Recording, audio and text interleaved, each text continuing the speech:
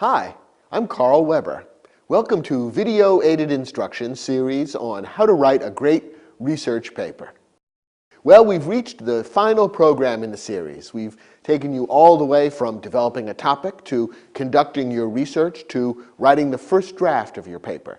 Now you're almost ready to hand it in, but before you do that, it's time for the last and, in some ways, the most important step in the process. A wise writer once remarked, "Good writing is rewriting." Or as writing guru E.B. White put it, when you say something, make sure you have said it.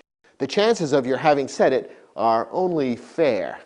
Between the idea in your mind, the words on the page, and the idea that makes it into the mind of the reader, there are many ways for your meaning to go astray and end up confusing rather than enlightening the reader. That's why all good writers work and rework their prose, usually not once or twice, but many times. That's because perfection is almost impossible to attain, so the more times you can devote yourself to working and reworking your paper, the better it will be. What's more, reworking your paper can do more than make your ideas clearer. It can also help you to sound smarter, better informed, sharper in your thinking, better organized, and more persuasive. This kind of revision can help you earn your highest possible score on the paper, boosting a potential C paper to a B and a potential B to an A.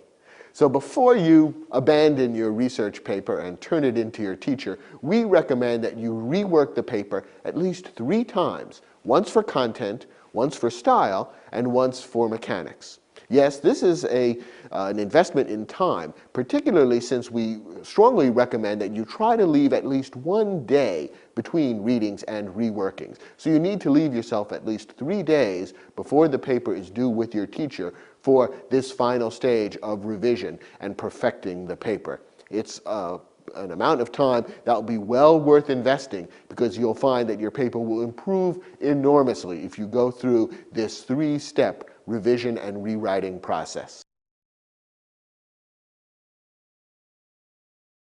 First, let's talk about reworking for content.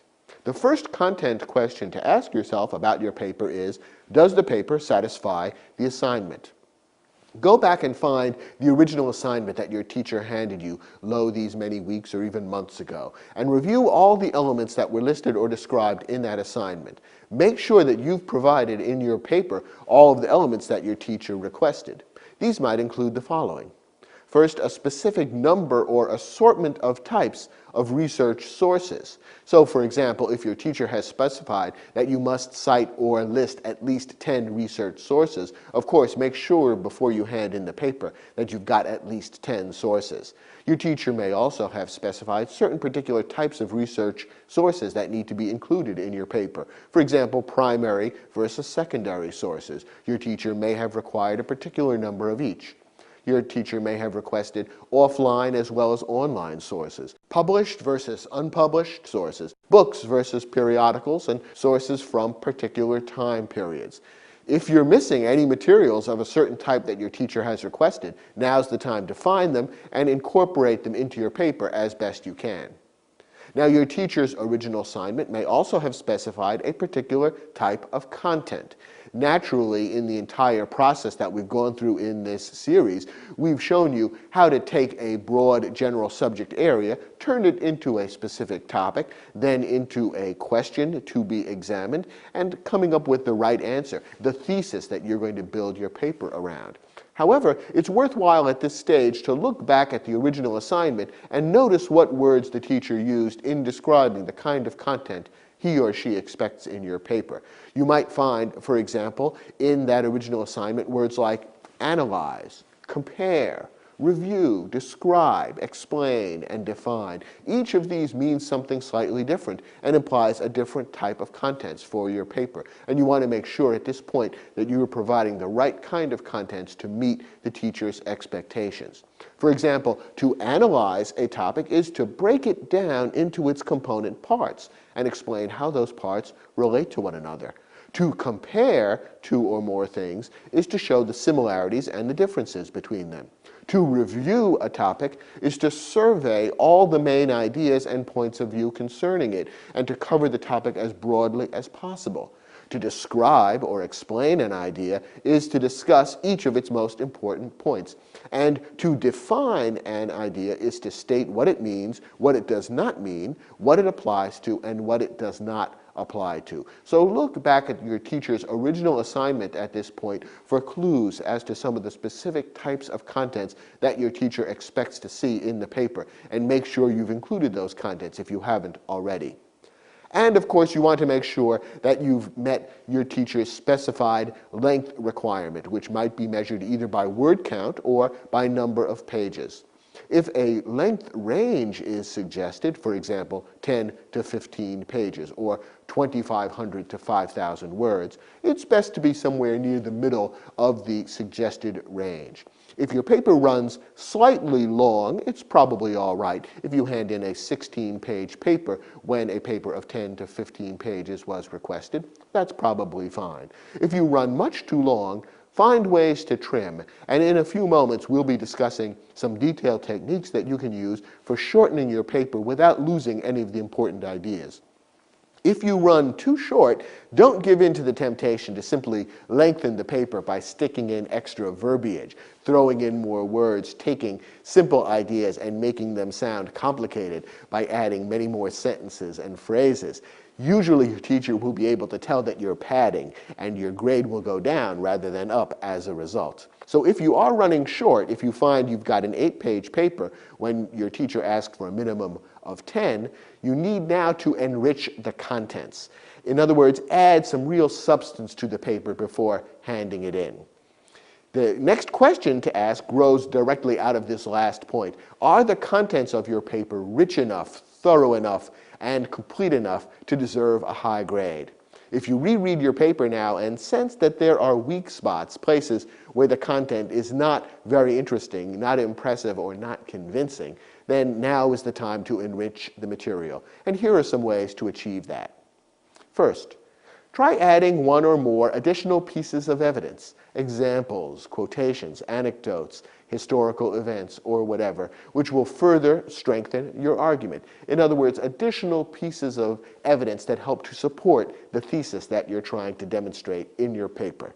Go back through your notes and look through the research materials that you discarded or set aside when you created your first draft.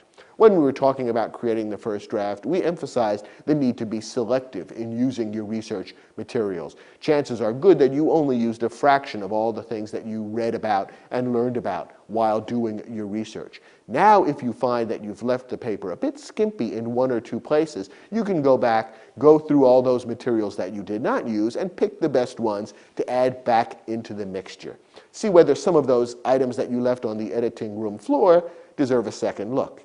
They may even remind you of some other facts or ideas that you encountered during your reading or research, but which, for whatever reason, you didn't write down at the time. Now, perhaps you may see that those particular items were relevant and valuable. You can go back to your research sources and dig up those forgotten gems. It should be relatively easy because, remember, you've been doing research the right way, which means keeping careful track of all your sources and making it easy by gathering all the bibliographic or online information to go back and find those same research sources now that you need to refer to them again later. So if you find that there are some ideas or facts that you didn't gather at the time of your original research, but which now appear to be relevant and quite useful to add to the paper, go back to your original research sources and invest another day in digging those facts out. It'll be well worth your while.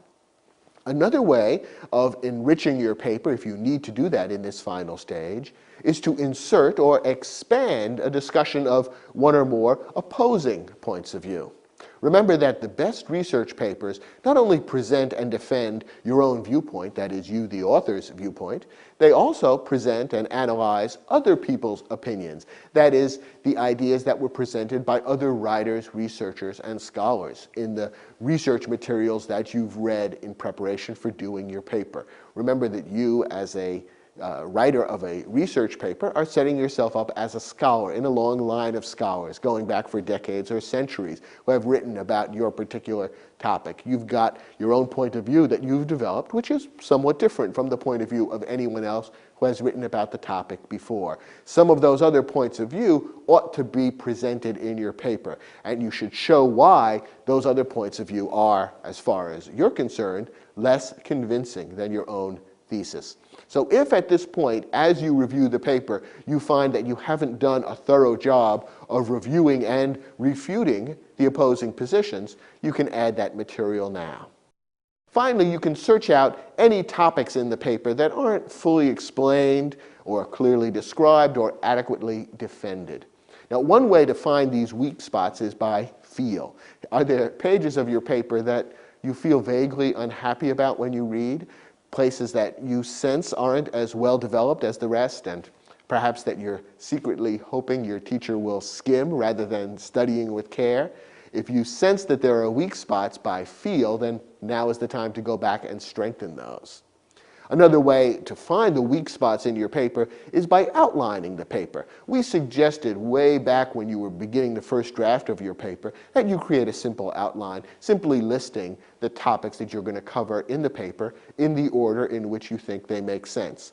Now, having completed the first draft, you can go back and do an outline based off of what you've actually written. List all of the topics you talk about in the order in which you discuss them, and at this point, make a note of the number of paragraphs, pages, or words devoted to each topic. That will give you a clue as to whether some of the topics have gotten short shrift. Suppose, for example, that you have 4 main arguments that you want to present in defense of your thesis. If you go back and look at your outline and discover that you've spent 6 paragraphs describing and illustrating argument number 1, 5 paragraphs on argument number 2, 1 paragraph on argument number 3, and 7 paragraphs on argument 4, well, it's not hard to guess from an outline like that which argument has been handled in a rushed and perhaps careless fashion. You've developed arguments 1, 2, and 4 in quite a bit of detail, it seems, whereas argument 3 is getting a very hasty treatment.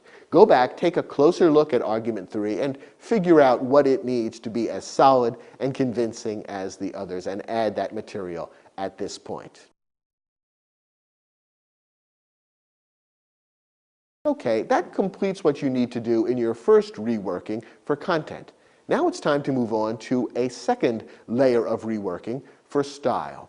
Put aside the paper for a day, go off and do something unrelated, and then come back and read it tomorrow as if for the first time. Try to pretend that you didn't write this paper, but that you're reading someone else's work, and try to evaluate it from a fresh point of view.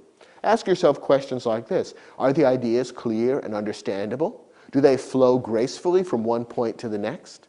Is the style interesting, or does the paper make you want to go to sleep?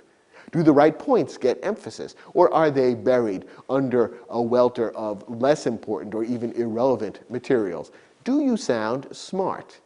In this part of the program, we're going to talk about how to rework your paper for style so that you get the right answers to all these questions. Let's begin by talking about how to make sure that the clarity and flow of your paper are correct. Here are some tips that will help you achieve clarity and flow. First, make sure that your ideas are presented in a logical order. Here are some warning signs that will tell you that you may have organized your paper in a way that is awkward or doesn't work clearly. If you find yourself in reading the paper having to double back or repeat yourself to make connections among ideas, if the reader has to jump around in time so that the sequence of events is not very clear, the event which occurred first in the historical record is actually mentioned third, while the event which occurred last is mentioned near the beginning of the paper. If you have that kind of breakup of chronology with no good reason for it, that's another warning sign. If the reader has to struggle to understand why your ideas are presented in the sequence they are, any or all of these symptoms probably mean that your ideas need to be reorganized in order to make the paper clear and easy to understand. Here's the solution. Go through your paper and outline it as we suggested a moment before. Simply list on a sheet of paper the 5, 6, 7, or 10 main ideas or topics that you talk about in the paper in the sequence in which they currently appear. Then read through this outline and see whether each idea is clearly linked to the one before and the one after. If not, experiment with other arrangements until the flow makes better sense. Try shuffling so that the idea that's in third place goes first, or the idea that's in fifth place goes last. Keep working until you've got a natural flow where idea 1 leads automatically to idea 2, which leads naturally in turn to idea 3. Keep shuffling and reorganizing until the sequence makes sense for you, and you'll probably find that you can then rewrite the paper, and those troubling symptoms of disorganization that you noticed on reading it will be greatly alleviated. Other tips for making sure that clarity and flow exist throughout your paper include the following. Use the paragraph as your structural unit. As you know, prose is broken up into paragraphs, and in a typical piece of good writing, a paragraph might run anywhere from 3 to 7 to 10 sentences in length. A short paragraph might be only 50 words. A long paragraph might be 250 words or even more. But an average paragraph might be between 100 and 150 words. As you're doing your writing, you should be thinking about breaking your paper up into paragraphs. They make convenient bite-sized chunks of meaning, which are easy for readers to absorb. And when you're writing and you get up to 100, 150 words, you should be looking for the next break or pause in your logic so that you can begin a new paragraph. Now, having used the paragraph as your structural unit, now as you're rereading and reworking the paper for style, make sure that each paragraph has one main idea. Make sure that main idea is clear. Develop that idea in sufficient depth to make a meaningful unit, and then start a new paragraph when a new idea begins. A mistake that some writers make is to have a paragraph that's very short, just a sentence or two, in which an idea is mentioned, but then not fully discussed or described. So the reader feels unsatisfied before moving on to the next paragraph. In other cases, writers may jam 2 or 3 different ideas into the same paragraph. The reader ends up feeling confused because at the end of the paragraph, he or she looks back and says, well, what was the main idea of that paragraph? It seems as though there were a few ideas jostling for attention, and I don't really understand which one was supposed to be the main idea. So using the paragraph as your structural unit and thinking about presenting enough information to develop a single idea clearly and in depth for the reader is a very good way of making sure that you've provided enough information to flesh out each idea, and that the ideas are presented as nice, neat, structural chunks, which makes it easy for the reader to follow them and understand how one idea leads to the next. One way to help make your paragraph an effective structural unit is to include a topic sentence in each paragraph. This is simply a sentence that states the main idea in the paragraph, and all the remaining sentences in the paragraph should be clearly related back to that topic sentence. So as you work on your paper, look at each paragraph and say, is there a topic sentence here? It's not absolutely essential for every paragraph to have a topic sentence. Sometimes in a good piece of writing, you may read a paragraph that doesn't literally contain a sentence that states the main idea of the paragraph, and yet the main idea of the paragraph may still be clear enough. However, in most good writing, most paragraphs do contain a topic sentence. So it's a good habit to get into, to think about including a topic sentence, and to make sure in your rewriting process that a topic sentence does appear. So if you read a paragraph and find that there is no one sentence that really sums up what that paragraph is about, consider adding one back in. You'll find that the reader will understand the flow of ideas much better if each paragraph announces clearly what the topic is. And the best way to do that is with a topic sentence. Now, where in the paragraph should the topic sentence go? It can go anywhere that feels natural and that reads clearly, but the best places for a topic sentence are usually either at the beginning or at the end of the paragraph. If you put the topic sentence at the beginning of the paragraph, it gets noticed. Readers pay a lot of attention to what comes first in any unit of your paper, and it also makes it easy for the reader to understand what the paragraph is about, because from the very beginning, he or she knows what the main idea of the paragraph will be, and all the other ideas or details then fall into place. Putting the topic sentence at the end of the paragraph can also work well. It's another place that is emphatic, that readers tend to notice and remember, so that's good. And in addition, putting it at the end can make the topic sentence a way of summarizing or tying together all the details that appeared earlier in the paragraph, so that after reading all those details, I then read the topic sentence and I say, I see what it all adds up to. I understand what the author was getting at in this paragraph, and I'm ready to move on to the next idea. So include a topic sentence in your paragraphs, and preferably put the topic sentence at the beginning or at the end. Those are the best places for a topic sentence. In addition, use signpost words to guide the reader. These are words or phrases which tell the reader what the purpose of the paragraph is and connect one idea to the next. When you use signpost words or phrases, you're telling the reader exactly how the different paragraphs are linked to one another, and you make it easy for the reader to follow the flow of ideas from the beginning of the paper right through to the end. Here are some examples of signpost words or phrases.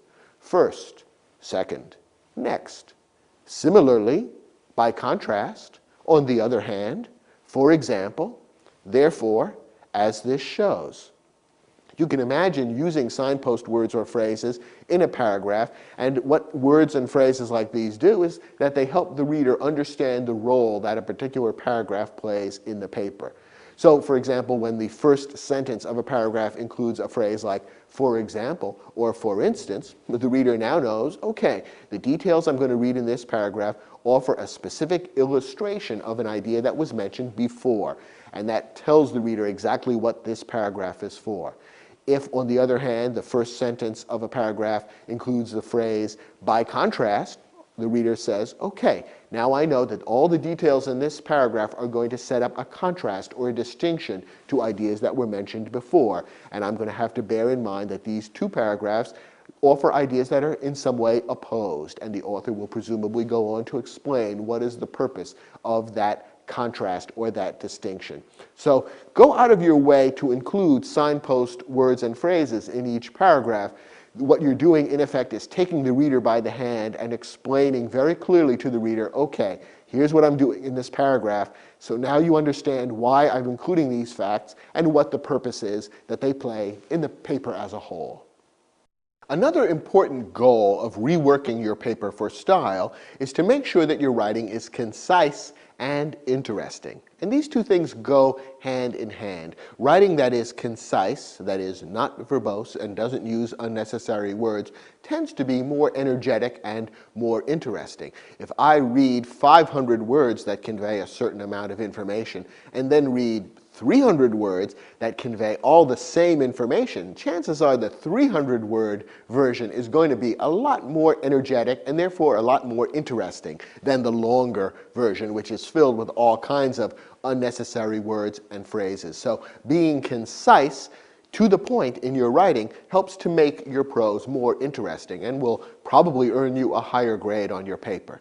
Here are some tips for specific things to think about in the quest for being concise. First, omit needless words. This sounds obvious, but it takes a lot of practice. You'll probably need to read your paper more than once just to work on conciseness. Go through the paper with a red pencil in hand, figuratively or literally, and cross out words and phrases that add nothing to the meaning. You'll find that there are more of these than you think in your first draft.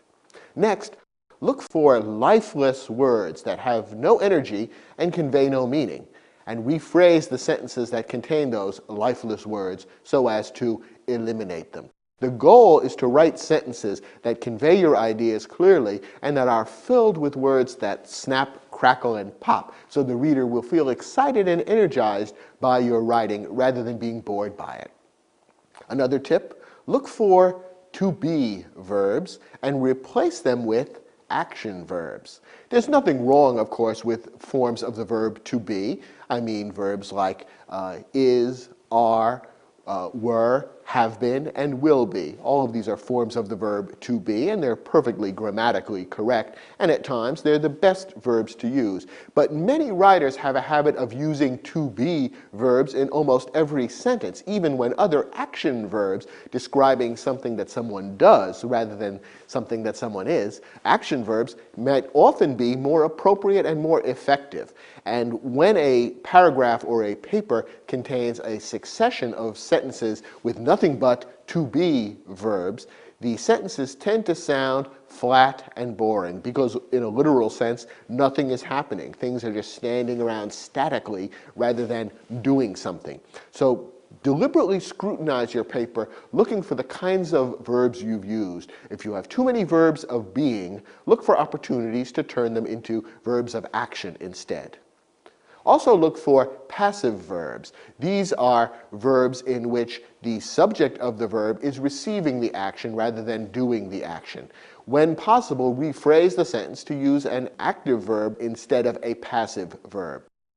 So, for example, a passive sentence might be something like, Jones was arrested by the policeman. Here, Jones is the subject of the sentence, and he is the subject of the action. He is receiving the action rather than doing the action. A way to rephrase this sentence to use an active verb rather than a passive verb would be, the policeman arrested Jones. Notice that the sentence contains fewer words. It sounds more lively and active. It's a little clearer because you see who is doing the action and who is receiving the action more clearly, and it generally makes for a livelier paper. Once again, there's nothing wrong with passive verbs, and in some cases, they're absolutely the best words to use in a given sentence. If you find you've got a passive verb in a sentence and it's very awkward or difficult to reword it to include an active verb, that's fine. The passive verb is probably all right. But some writers get into the habit of using passive verbs in one sentence after another, and the result can be prose that's rather limp and lifeless. Also look for sentences that contain numerous modifiers, adjectives, adverbs, modifying phrases, and clauses. These can often be rephrased to use well-chosen single words. So sometimes you have entire phrases of adjectives and other modifying words that you throw in order to take a noun or a verb and change the meaning enough so that what you are trying to say comes through clearly. In many cases, you can eliminate those adjectives and replace the whole phrase with one single, different, more specific and clearer noun, which states the whole idea in a single word rather than requiring a lengthy phrase to make the idea clear. And finally, omit repetition or redundancy. If you have something to say it once and then move on. These are a complex series of rules about how to be more concise. To make clear how they really work, let's take a detailed look at a sample excerpt. This is from the first draft of a paper about the work of charitable foundations. And as you'll see, like most first drafts, it's plagued by redundancy and wordiness. It needs a lot of work to become concise and to feel energetic. Let's take a look at it together and think about how we might go about revising it to reduce those problems of redundancy and wordiness. There are many kinds of social problems that foundations are well positioned to mitigate. However, when the problems are not discrete and well-bounded, and especially when they permeate large chunks of society or are created by entrenched interest groups, it is usually beyond the power of foundations to solve them, even if sometimes they can ameliorate at least some of the symptoms by nibbling at the edges. In the United States, for example, foundations have struggled for years to improve significantly the quality of education in the nation's elementary schools. But despite many small advances, they have not fundamentally succeeded in raising the quality of public schooling. The combination of the massiveness of the burden American poverty places on the schools, their teachers and administrators, with the opposition of teachers and administrators unions to fundamental changes in compensation and behavior initiatives has stymied the countless well-meaning attempts to move forward towards comprehensive solutions. That does not mean that foundations have been unable to make some differences for the good in some schools. There have been a number of significant foundation-originated improvements that over time promise to make extensive, pervasive improvements in the public schools across the country. But to do so will take time and luck. One good example is the Foundation launched and supported National Board for Professional Teacher Certification, which credentials teachers in subject matter fields and has created the first national market for teachers in the nation's history. Okay, this is a long paragraph. It's about as long as any paragraph should ever get, over 200 words. And I think you can agree it's fairly boring. By the time you get to the end of the paragraph, you're almost drowning in the unnecessary words. I think the ideas are fine, and they're stated rather clearly, but there is a lot of wordiness. Let's tackle this passage in several steps and look at some ways to improve the conciseness of the passage. One way is by eliminating redundancy. That is, looking for sentences where the same idea is stated more than once and get rid of one of the statements. For example, let's look at this sentence. In the United States, for example, foundations have struggled for years to improve significantly the quality of education in the nation's elementary schools. But despite many small advances, they have not fundamentally succeeded in raising the quality of public schooling.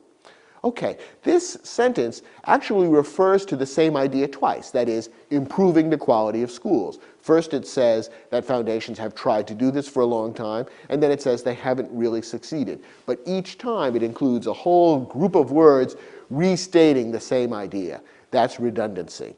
The second reference to this idea can be eliminated altogether, and you can rewrite the sentence to say this. In the United States, for example, foundations have struggled for years to improve significantly the quality of education in the nation's elementary schools, but without success. Notice we've taken that whole long group of words at the end of the sentence and reduced it very simply to without success. And what we've now done is cut a 40-word sentence and turned it into a 26-word sentence. We've cut 14 unnecessary words without eliminating an idea. Now, our passage also contains many lifeless words and phrases, that is, words and phrases that don't convey much meaning or contain much energy. Look at this sentence. The combination of the massiveness of the burden American poverty places on the schools, their teachers and administrators, with the opposition of teachers and administrators' unions to fundamental changes in compensation and behavior initiatives has stymied the countless well-meaning attempts to move forward towards comprehensive solutions. Okay, in this sentence, there are two key ideas. First, that poverty and the problems that it creates for schools are making it difficult for foundations to improve education. And second, the fact that teachers and administrators' unions oppose changes in compensation and behavior initiatives is also making it difficult for education to be improved. So we have two basic ideas, but they're surrounded by a lot of verbiage, a lot of words that can be eliminated or greatly reduced. For example, we can cut the phrase, the combination of. We can take the abstract phrase, the massiveness of the burden, and change it into a more simple phrase like a massive burden. And we can take the verbose, well-meaning attempts to move forward towards comprehensive solutions and greatly simplify it. Here's one possible version of a rewritten sentence. The same idea could be stated this way. The massive burden created by poverty and the opposition of teachers and administrators' unions to fundamental changes in compensation and behavior initiatives have stymied most problem-solving efforts. Now we've cut an awful lot of unnecessary, lifeless language and stated the same idea much more succinctly. Finally, notice in the passage the many to-be verbs. As we've said, replacing verbs of being with verbs of action can often save words and make a passage read as much more lively and more concise.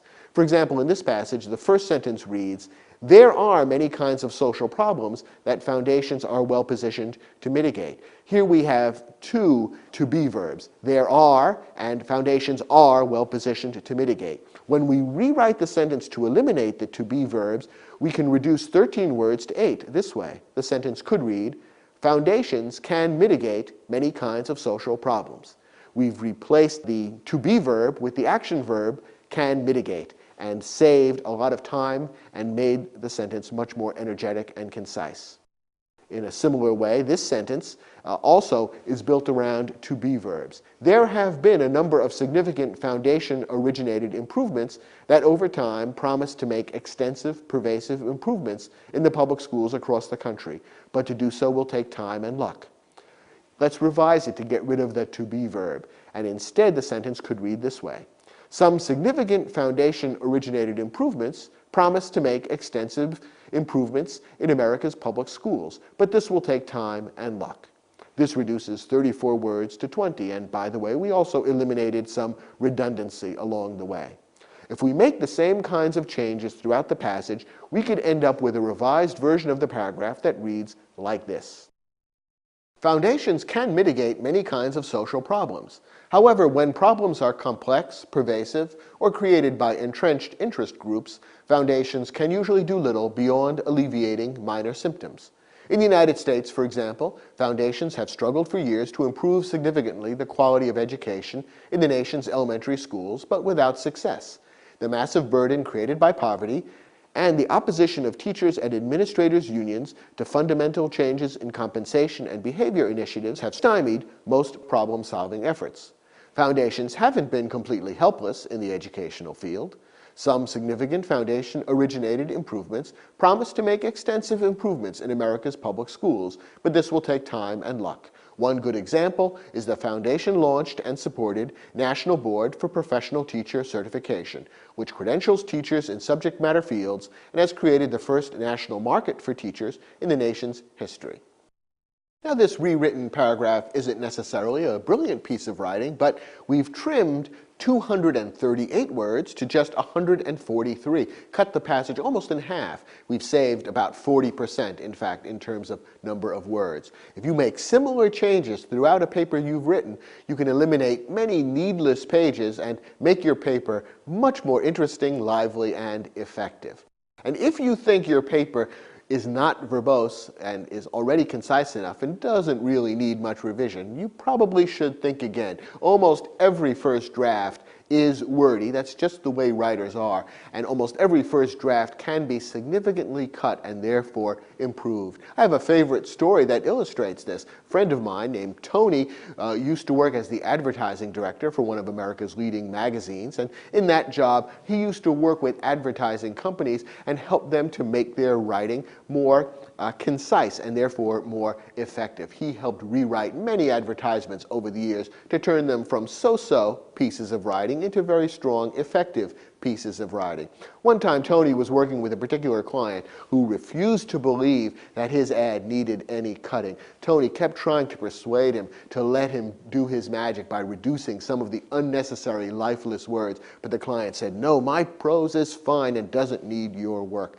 Finally, one day, Tony played a rather nasty trick on this client. He went to the client and said, "Would you please reread your ad one more time and just make sure there isn't the possibility of cutting some words and therefore making it more concise?" Well, the client was pretty annoyed at this point, but he reread the ad and handed it back to Tony and said, "No, this ad is perfect, just the way it is. It says exactly what I'm trying to say, and it doesn't contain unnecessary words." Tony smiled and replied, "Well, I'm glad you feel that way because this morning I cut it down by 30%. This is what you'll find with most pieces of writing, that they can benefit from a real exercise of making them more concise. So spend some time reworking your paper, looking for opportunities to eliminate needless words, get rid of lifeless verbs, cut out unnecessary verbiage, and eliminate redundancy. You'll find you can probably trim your paper by 25 or 30%, and what remains will be much clearer, much more lively, and much more interesting. Finally, you want to reread your paper for style in the interests of sounding smart. How can you do this? How can your style actually make your paper sound smarter and therefore earn you a higher grade? Here are some specifics that are involved in what we call sounding smart. First, spill the beans. That means to state your thesis clearly early in the paper and go out of your way to show throughout the paper how each idea relates to the thesis. As a teacher, I've been surprised over the years to find that many students hand in papers, and when I read the paper, I end up being unclear as to what the thesis actually is. When I go back and say to the student, "Well, what is the main idea you're trying to prove here?" the student is perfectly able to state it, but then discovers to his or her surprise that it wasn't stated overtly anywhere in the paper. So go ahead, spill the beans, write a sentence that states your thesis, and put it right in the paper, preferably near the beginning. Be clear, forceful, and direct in stating the thesis, and then your reader won't have to guess what your main idea is. This is something that will make you sound smarter. Another tip: don't overstate or understate your thesis. This means to be precise in describing exactly what your research has led you to conclude about whatever question you've been studying. Here's an example. Let's suppose you've been examining how art critics responded to Picasso's painting Guernica, which depicted the horrors of the Spanish Civil War, and in particular the devastation that was created by the bombing of the ancient Spanish city of Guernica by fascist rebels during the Spanish Civil War.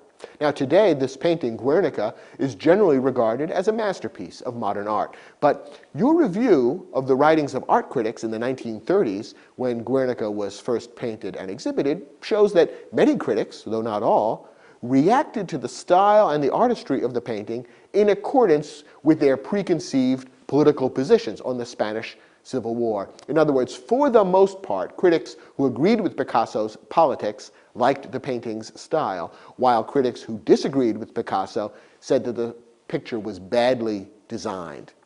An effective way to state your thesis in your paper might be something like this: the critical reaction to Picasso's painting Guernica illustrates the powerful effect of political attitudes on aesthetic judgments. A review of the writings of 12 leading art critics at the time that Guernica was first exhibited at the Paris World's Fair in 1937 reveals that 10 of these critics either condemned or praised the painting based on their established political positions about the Spanish Civil War. This was true even in the 7 instances when the critics did not explicitly discuss political issues in their writings about Guernica.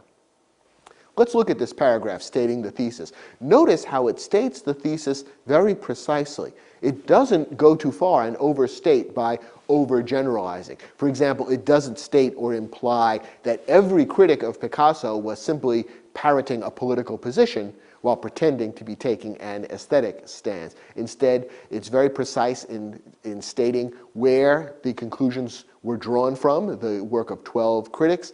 10 of them followed the same pattern. 7 of them did not discuss politics explicitly in their writings, and yet the politics colored their reaction to Guernica. By giving those kinds of numbers and being very precise, the statement of the thesis comes across as very clearly and well thought out. It's not some kind of knee-jerk reaction on the writer's part. Instead, it's something that's really based on research and therefore sounds convincing. So this kind of precision, neither overstating nor understating the thesis, makes the author of the paper sound smart, thoughtful, and judicious, and it should help earn the paper a higher grade.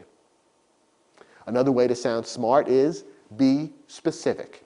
Wherever possible, you want to climb down what we call the abstraction ladder. And what is the abstraction ladder? Well, it's a ladder that describes how abstract versus concrete your writing is. The higher rungs on the abstraction ladder involve ideas that are very general and broad without concrete physical application, while the lower rungs are very specific, narrow, and concrete. Here's an example of a paragraph that is written rather high on the abstraction ladder. As the time for Lincoln's inauguration as president drew near, the movement toward secession by the southern states appeared to grow weaker. Some states that had not chosen to secede put off a decision. Some voted against secession. A number of prominent southern leaders worked actively against secession in their states, and procedures making secession more difficult were put into place in certain parts of the South. Okay, we see what the author is saying, but notice that the events that are being described here are described in rather vague terms. Here's the same paragraph rewritten with specific, concrete details. In other words, several rungs down the abstraction ladder. As the time for Lincoln's inauguration as president drew near, the movement towards secession by the southern states appeared to grow weaker. North Carolina voted decisively not to hold a secession convention, and Tennessee followed suit. Arkansas and Missouri showed little disposition to act hastily. Stephen A. Douglas was using his popularity in the South to preach loyalty, and Governor Thomas H. Hicks of Maryland staved off local disunionists in his state by refusing to call the legislature into session. And Virginia passed a stipulation that any ordinance of secession must be ratified by popular vote.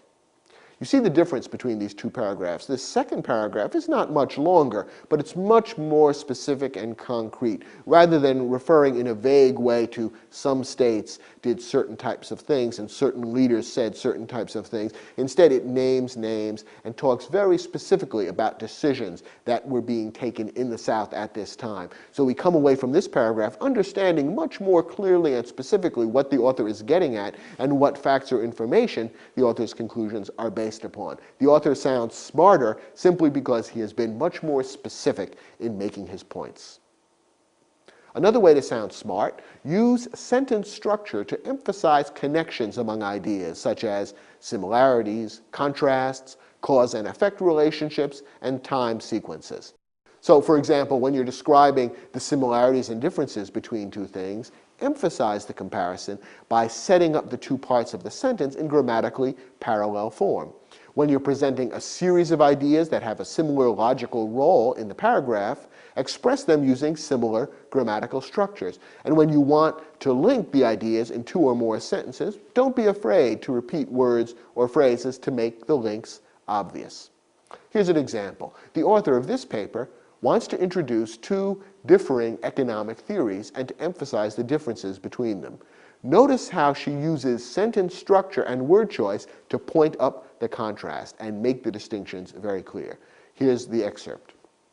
The traditional concept of the free market takes a narrow view of human nature, assuming that people are one-dimensional beings concerned only with the rational pursuit of material profit. Yet, real-life human beings, as we all intuitively understand, are not one-dimensional creatures. They have many interests, many drives, and many passions, including not only the material, but also the creative, the spiritual, the social, and the altruistic. Now, notice how the sentence structure in this paragraph makes the contrasts and the connections among the ideas very clear. The author uses the word yet to introduce the second economic theory, which emphasizes the contrast with the first theory, the traditional view of human nature. You notice the repetition of the word one-dimensional. The first time it's stated positively, which is part of the old theory. The second time negatively, and therefore it emphasizes the difference between the two theories. And notice also how in the last sentence of this passage, the author of the paper lists several dimensions of human nature that are neglected in traditional economic theory and lists them in parallel grammatical form. Quote, not only the material, but also the creative, the spiritual, the social, and the altruistic. Setting up this list of dimensions in parallel grammatical form is much more effective than if the author had stated the same ideas in non-parallel form. For example, the author could have written, people have many interests, many drives, and many passions. They want material success, but they also have creative instincts, are spiritual beings, play an active role by relating to others in society, and are characterized by altruism.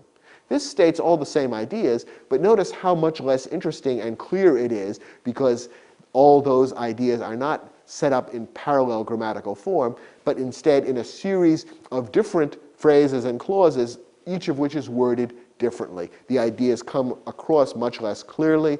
The result is a sentence that's much less effective and powerful, and an author who sounds a little less well-organized, a little less clear, a little less smart. Another tip for sounding smart, vary sentence length.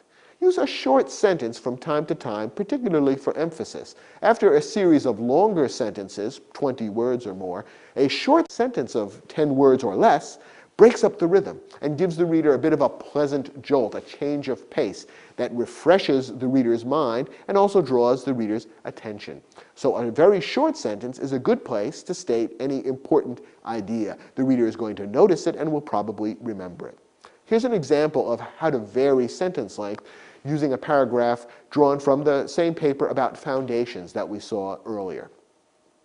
This paper will provide evidence of the impacts that foundations have achieved in fulfilling their mission of empowering America's not-for-profit sector and the strategies they've employed in doing so. But although foundations have been a major force for progressive change in American society, they have many shortcomings as well. When they are not subject to sufficient pressure from what might be called accountability influencing forces, many of today's foundations underperform in their critical civic sector functions. They operate within an isolated culture that tolerates an inappropriate level of secrecy, and in some cases arrogance, in their treatment of grant seekers, grant receivers, the wider civic sector, and the public officials charged with oversight. This culture of arrogance must change. Okay, notice how emphatic that last very short sentence is. The entire rest of the paragraph goes into detail about the strengths and weaknesses of foundations, and it consists of a series of long, very detailed sentences. But then at the end of the paragraph, the author throws in this one very short, emphatic sentence. This culture of arrogance must change. We immediately recognize that this is an important idea that the author wants us to remember. And that illustrates how throwing in a short sentence every now and then to emphasize an important point can be very effective rhetorically. It makes your main ideas stand out strongly in the mind of the reader, and once again helps you to sound smarter.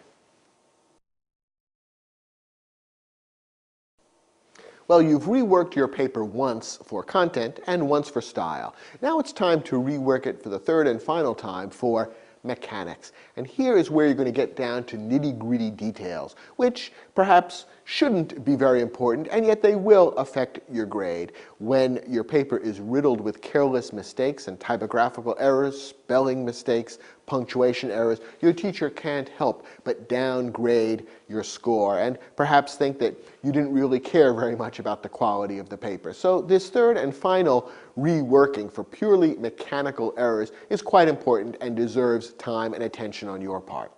First, there's grammar and usage.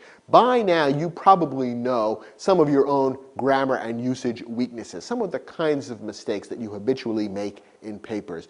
You want to apply all that knowledge and information to getting this paper right. Don't rely on word processing software, which sometimes has a grammar or usage checklist, and which is able to point out to you some basic grammar and usage mistakes. Sometimes these word processing software packages aren't really very accurate, and in any case, they're apt to miss some very important grammar and usage issues. So it's okay to use them, but certainly don't rely on them and think that your paper is perfect from a grammar and usage standpoint once you've used the word processing package's advice. Instead, learn your own grammar and usage pitfalls and gradually master them. If you haven't already, get a hold of a good grammar and usage textbook, an English handbook. Read through it and keep a notebook in which you list the problems that your teachers have noted in your papers, so that over time you can gradually learn the correct rules and master the pitfalls that have given you difficulty in the past. In your own personal grammar and usage notebook, write down sentences from your papers in which you commit a grammar or usage error. Note the rule from your favorite textbook and then rewrite the sentence correctly. Just keep this in your notebook and every so often review it, and you'll find after a year or so that you're making the same mistakes much less often. The simple exercise of learning the rule and forcing yourself to write down the example in your notebook will help to cement that practice in your mind and make it much harder for you to make the same error again in the future. Some of the most common types of errors that students often make include the following. First, basic sentence construction errors will throw many students. For example, many students have problems with subject-verb agreement. That is, making sure that a singular subject is always paired with a singular verb, while a plural subject is paired with a plural verb. If you have a problem with subject-verb agreement, read about the topic in your textbook. You'll find there are certain types of sentences where subject-verb agreement is more tricky than in others. Capture any examples of the mistakes that you've made in this area in the past, and work on looking at every sentence of your paper to make sure that subject-verb agreement is handled correctly. Another basic sentence construction problem that many students run into is parallelism. This refers to constructing sentences using parallel grammatical forms for logically parallel ideas. Again, only practice will enable you to learn how to construct sentences that sound and look parallel and are properly constructed to convey the connections among ideas. And another basic sentence construction problem involves the correct use of comparatives and superlatives. The basic rule here is use comparative adjectives and adverbs when comparing two things. Use superlatives when comparing three or more. For some of you, this may not be a problem at all. You may know the rules for this by heart and find it easy to follow them correctly. If your teachers have pointed out a problem with comparatives and superlatives in the past, read about it in your favorite textbook and practice getting it right. Usage errors trip up many students. The difference between grammar and usage is that grammar has to do with how sentences are put together, whereas usage errors have to do with the correct use of particular words. Some of the types of usage errors that most students encounter include, for example, commonly misused words. There are some words, for example, that form pairs which students often confuse. Affect with an A and effect with an E is one such pair. Imply and infer are two verbs that many students use interchangeably, even though their meanings are quite different. And the same is true of comprise and compose. If you find that words like these give you trouble, trip you up, and your teachers are forever correcting you, look up the words in a good dictionary, write them down in your grammar notebook, and you'll find yourself gradually using the words in their proper meaning rather than misconstruing them. And there are other similar words that cause usage problems for other students. Another type of usage error to watch out for has to do with verb tense construction. In English, there are irregular verbs which can be quite tricky to use. Most verbs in English are constructed regularly, so setting up the past and the past participle parts of the verbs is not terribly difficult. But with irregular verbs, it's easy to make mistakes. So such irregular verbs as forbid, forbade, and forbidden often cause students mistakes. They get confused as to when to say forbade and when to say forbidden. Similarly, lie, lay, and lain, mistake, mistook, and mistaken, speak, spoke, and spoken, and take, took, and taken. If you find yourself getting confused about how to construct verb tenses properly, in particular when you're working with irregular verbs such as these and many others, again, look up the topic in your favorite grammar textbook and practice getting it right. Finally, proper pronoun use is another type of usage error that many students get tripped up over, in particular when to use the subjective form of a pronoun and when to use the objective form of a pronoun. So if in your past papers you've been graded down because you've used he and him incorrectly, they and them, we and us, then look up the rules and begin to learn how to recognize when the subjective form of a pronoun needs to be used in a sentence and when the objective form is correct. The rules are basically very simple. Once you're aware of them, you'll probably find the errors are not terribly difficult to avoid. And then, of course, there's spelling. English is perhaps the most difficult language in the world to spell, and it's understandable that many, many people have difficulty with getting spelling words correct. In a sense, this is an arbitrary set of rules, not unlike the which fork do I use question from eating at a fancy dinner party. And whether you spell a word correctly or not, in one sense, shouldn't be important. After all, most of the time, readers will be able to tell what word you really meant. Nonetheless, people, including teachers, do judge you by whether you spell words correctly. So if spelling is one of your problems, learn to conquer those demons. Start, of course, using the spell check process in your word processor, and that will probably help you catch some of your typographical errors or spelling mistakes. But again, don't rely on spell check from the word processor. It will miss some words because quite often you may type one word when you mean to type another, and spell check will not recognize that. In addition, spell check will not work with proper names, and new words that have entered the language in recent years may not be included in your spell checking program. So spell check is only a first step at getting the spelling correct in your paper. Here are some of the other things to think about if spelling is one of your problem areas.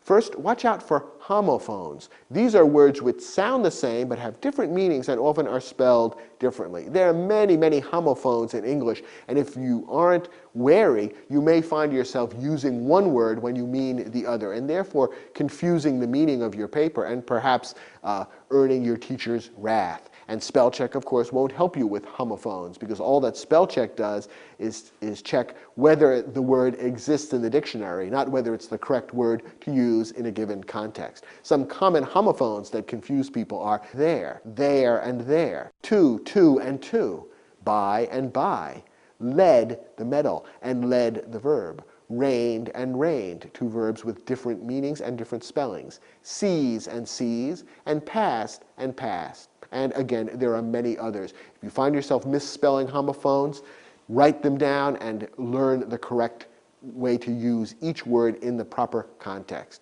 Keep a notebook of your personal spelling demons. Right alongside your grammar notebook, you should just get a little spiral pad or any other kind of notebook and start writing down words that you've misspelled. Write, of course, the correct way to spell the word and perhaps a sample sentence using the word, and review that notebook, once a week or so. And again, within a matter of a few months, you'll find yourself mastering most of the words there and cutting down the number of misspellings in your papers drastically. In particular, learn to spell words related to your subject. So if you are majoring in English literature, you want to learn how to spell the names of key terms used in that subject and the names of important authors in that field. If your subject is business, then you should know how to spell the name of Warren Buffett or a company like Procter & Gamble, two terms that are frequently misspelled even in newspapers and magazines. If you're in one of the sciences or in art history, whatever your field may be, all the technical terms in that field you ought to know how to spell. Teachers can be quite offended by misspelling of key technical terms, names of noted authors, or historical figures. They figure, well, this student doesn't care very much about this subject if he or she can't be bothered to learn to spell those important words. So do make an effort to learn how to spell words that particularly belong to your field of study. Capitalization gives many students difficulty. Learn certain standard principles of capitalization and practice applying them in every paper you write. So, for example, some of these rules which students are often confused by are the following. First, capitalize titles when they are attached to a person's name or used to address that person. So, for example, when you refer to President Lincoln in a paper, you would capitalize the P in President. Secretary of State Seward. Similarly, the S in Secretary and the S in State would be capitalized. General George C. Marshall, much the same. But if you were referring in a sentence to the President without attaching the word President to a name, you would type it in lowercase with a small p. He was elected president in 1860, lowercase p. The Secretary of State is fourth in line for the presidency. Again, it is not attached to a name or being used to address the person, so Secretary of State would all be in lowercase letters. Capitalize direction words only when they refer to a part of the world, a country, or other region. So, for example, look at this sentence. Lincoln was concerned about needlessly alienating voters in the South. Here the word South, a direction word, refers to a part of the country. A certain number of states that were in the southern part of the country were the South, so we capitalize S. But in this sentence, we don't capitalize S because it's a direction word not referring to a part of the world or a country or other region, but rather simply to a direction. Sherman's army marched south through Georgia. South is the direction in which they marched, not the name of a region, so it's lowercase s. Capitalize the names of specific historic events. So, for example, World War II has capital W, capital W. The Great Depression would be capitalized. The French Revolution. But if in a sentence you were to refer to, for example, people had fears of a new world war, there was talk about an economic depression, or he was an advocate of violent revolution. In all of these sentences, no specific historic event is being referred to. Instead, wars, depressions, revolutions are being referred to in general, and therefore we don't use a capital letter.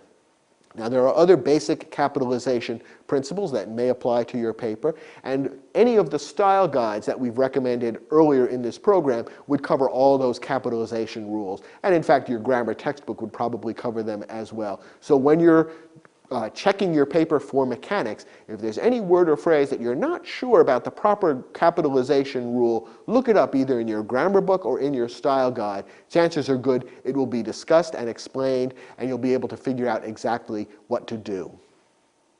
Punctuation is yet another mechanical area that troubles many students. Learn certain basic rules for punctuation and practice applying them, and pretty soon you'll find that your punctuation gets better and becomes an aid to clarity in your paper rather than being something that causes you to lose points. Here are some of the basic rules that every student ought to know about punctuation. First, don't insert commas at random when you think a sentence is getting to be too long. And don't insert commas where you would pause for breath when reading the sentence out loud. Commas are not like musical rests. Instead, they're tools for enhancing the clarity of meaning by showing specific breaks in the sequence of ideas. So there are certain particular ways in which you should use commas, and otherwise don't just scatter them at random in your paper. Use a comma to set off a long phrase or a dependent clause at the start of a sentence. So when a sentence begins with a long phrase or clause that is separate in meaning from the main idea of the sentence, then you would set it off with a comma, have a comma after that introductory phrase or clause so that the break in meaning is clear to the reader. Here's an example. Having traveled to Mecca in the traditional pilgrimage required of all Muslims, comma, Malcolm X returned to the United States with a fresh perspective on his country's racial problems. The main idea of this sentence is Malcolm X returned to the United States, and so on. Everything that precedes that is a long introductory phrase, and it needs to be set off with a comma separated from the rest of the sentence so it's clear when we're moving from the introductory phrase into the heart of the sentence. Use a comma to separate the two independent clauses that make up a compound sentence joined by one of the coordinating conjunctions and, but, or. A compound sentence is made up in effect of two separate sentences joined by a coordinating conjunction like and, but, or. And when that's the case, you want to use a comma to separate the two clauses. Put it before the coordinating conjunction. Again, you're making a break in the meaning of the sentence clear.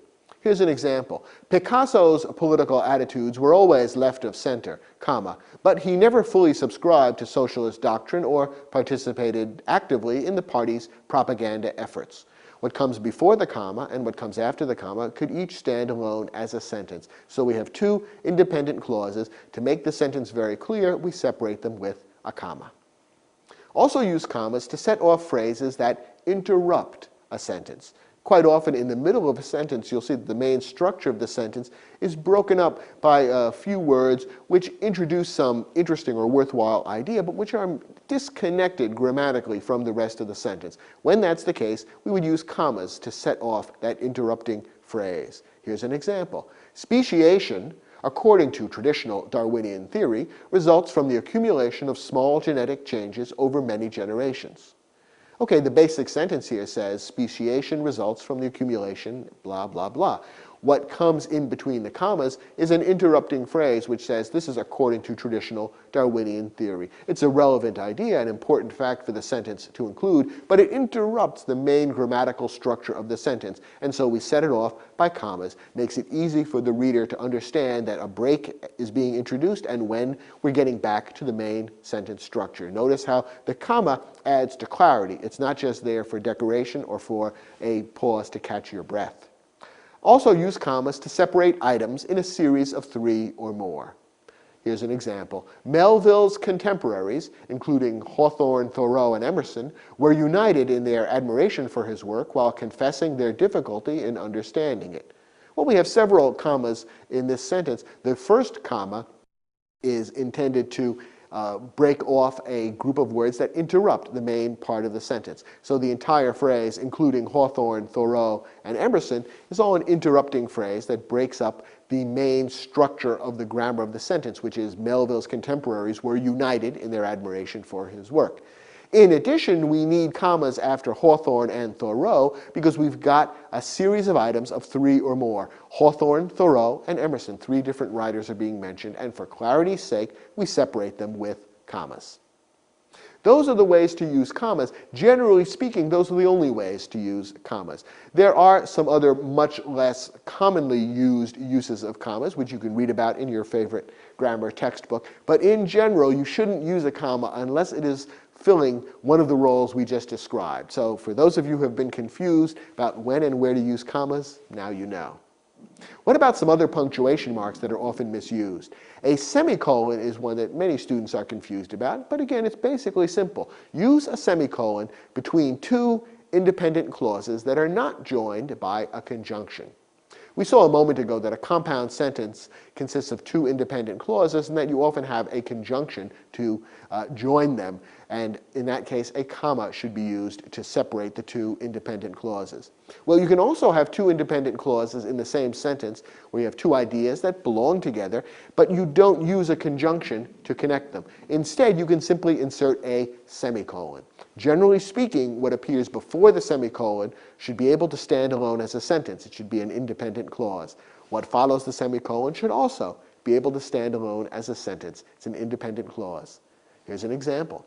The majority of Republican voters were morally opposed to slavery, semicolon. Most, however, did not consider themselves outright abolitionists. What comes before the semicolon could be a sentence by itself. What comes after the semicolon could also be a sentence by itself. In this case, however, the two ideas are closely linked. The author wants to make it into one sentence, conveying one important idea, one important relationship between these two ideas. And so the author simply links them together and puts a semicolon in between. And that's the basic use of the semicolon. Whenever you find yourself using a semicolon in your paper, check it and make sure that what comes before and what comes after could stand alone as a sentence. If so, you're using the semicolon correctly. Now, what about a colon? Well, you use a colon to introduce a list or a restatement. In many cases, what follows a colon could be introduced with words like in other words or specifically. Here's an example. In the early years of the 21st century, many businesses have been transformed by technology, colon, communications, healthcare, and entertainment.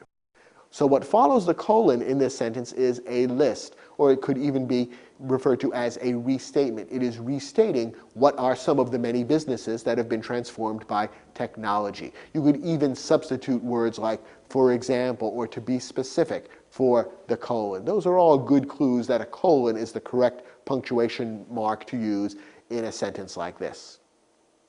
What about apostrophes? Some students find these punctuation marks confusing. Again, there are just a couple of basic rules to know, and once you know and apply those rules, you shouldn't have any difficulty. First, use an apostrophe to stand for letters that have been omitted from a contraction. It's kind of a spelling question. Some people find contractions difficult to spell because they don't realize that the apostrophe simply goes where the words have been changed to eliminate or to remove certain letters. So for example, take the two words do not, turn them into a contraction, and you create the word don't. What has been omitted? Well, the second O, and so we put the apostrophe there, D-O-N apostrophe T. Similarly, she is turns into she's, and the apostrophe indicates where the letter I has been omitted. They have turns into they've, and the apostrophe indicates where the letters H, A have been omitted. Different teachers have different feelings about the use of apostrophes in a formal piece of writing, in the use of contractions. You might want to ask your teacher how formal he or she wants you to be. Very formal writing tends to shy away from the use of contractions. Nowadays, however, more and more writers, including writers of relatively formal pieces of work, such as a research paper, do use contractions when they make a sentence sound easier to read, less stuffy, less formal. If they make the meaning clearer and help the sentence flow, then a contraction is usually considered perfectly all right. Finally, use an apostrophe to show possession, except in most pronouns. And you need to know how to set up the possessive properly. In most cases, you would end the possessive noun with apostrophe S. For example, Darwin's theory. If the word is plural and ends in an S, then you would have the apostrophe after the S. The Black Muslims leadership, for example, with S apostrophe at the end of Muslims. The same is true with most pronouns. No one's fault, one ends in apostrophe S. But with certain other pronouns, such as hers, his, and its, we don't use an apostrophe. So The emphasis is hers. The company cares about its employees. In both of these sentences, no apostrophe is necessary. If you find yourself getting confused about exactly how to spell possessives, again, look it up in a grammar book. There are certain rules which can get a bit complicated, which we don't have time to delve into here, but once you master them, you'll find they won't give you any further trouble. Okay, we've looked at a lot of the kinds of mechanical problems that can give you difficulty. The last thing that you need to check for when you're reworking your paper for mechanical errors are simple typos, and they're easy to make. Whenever a person is typing at a keyboard, it's so easy for your finger to slip and for the wrong letter, the wrong space, the wrong capitalization to slip into the paper and spoil its accuracy. The only solution is to proofread zealously. And when you spot a typo in a particular sentence and correct it, go back and reread the sentence from the beginning, because it's very easy to overlook a second or even a third typo in the same sentence when you correct one. So don't congratulate yourself on having found the one typo. Instead, correct it and then go back and read the entire sentence again. The chances are good there may be yet another typo there. Of course, what we've done here is review rather quickly some of the more common issues regarding grammar, usage, and other mechanics that you'll need to watch out for as you put the final touches on your research paper. If you're interested in a more extensive review of English grammar and mechanics, we recommend that you take a look at Video-Aided Instructions English Grammar Series. It's a quick and easy guide to mastering even the trickiest grammar rules, filled with examples, and it will help you to get these details right in every paper you write going forward. Well, your paper is now finished, or let's say it's time to abandon it, especially since it's probably due on your teacher's desk first thing tomorrow. I hope the tips you've picked up from this series of programs will help you earn the highest possible grade on your paper. More important, I hope that the skills and insights that you've developed from working your way through the research and the writing process with the help of this series will give you confidence and energy when the time comes to tackle your next big assignment, whether it's for high school or college, a term paper, a graduate school report, a PhD thesis, or even an on-the-job research study.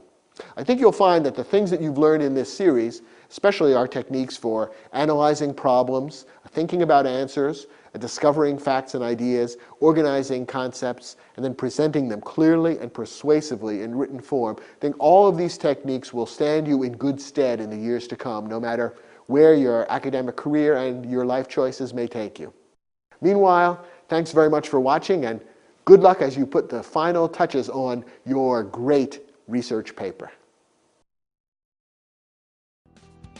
Do you want to earn better grades in school or boost your scores on standardized tests?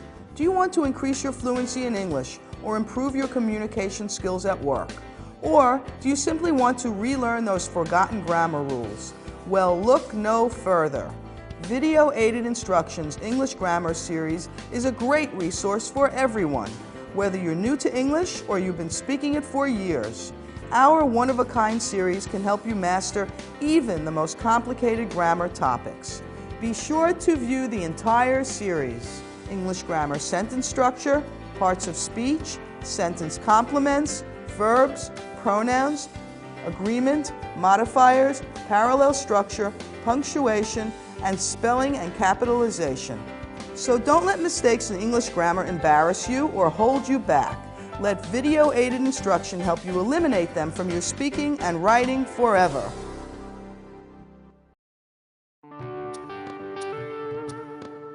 Many students positively dread research paper assignments. Those hours and hours spent fruitlessly hunting for the right books and articles, squinting at screens of irrelevant search engine results, and scribbling useless notes on disorganized scraps of paper. But writing a research paper doesn't have to be such a stressful, time-consuming, and boring ordeal. Video-Aided Instructions Writing a Great Research Paper series is your step-by-step guide to constructing a paper that's technically correct, refreshingly original, and truly compelling. With this user-friendly series, you can recognize the value of true scholarship, master essential research techniques, learn the insider secrets that the best writers know, dramatically improve your writing, and keep yourself motivated, productive, and relaxed. throughout the entire process. Be sure to view the complete 10 DVD series, picking an A+ topic, starting your research, finding the best sources, plagiarism and other pitfalls, taking notes, how to be persuasive, writing your first draft, quoting, citing, and paraphrasing, formatting your paper, and perfecting your final draft. Now you can successfully meet the challenge of writing a great research paper and earn a grade you can be proud of with video-aided instruction.